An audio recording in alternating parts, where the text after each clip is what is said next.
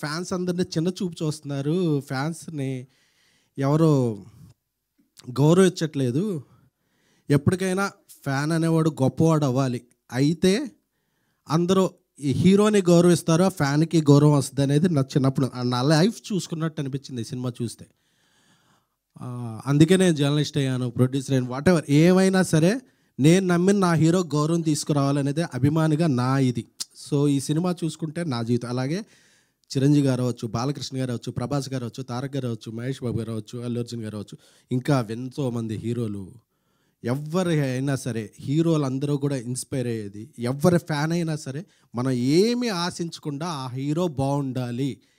మనం ఎవరో వాళ్ళకి తెలిసినా తెలియకపోయినా ఇదొక ప్రపంచంలో తల్లి తండ్రికి ఒక బ్లడ్ రిలేషన్ ఉంటుంది. ఏ రిలేషను లేకుండా జీవితాంతం ఉండే రిలేషన్ ఏదంటే ఒక హీరోకే ఒక అభిమానికి మధ్య ఉండే రిలేషన్ మాత్రమే.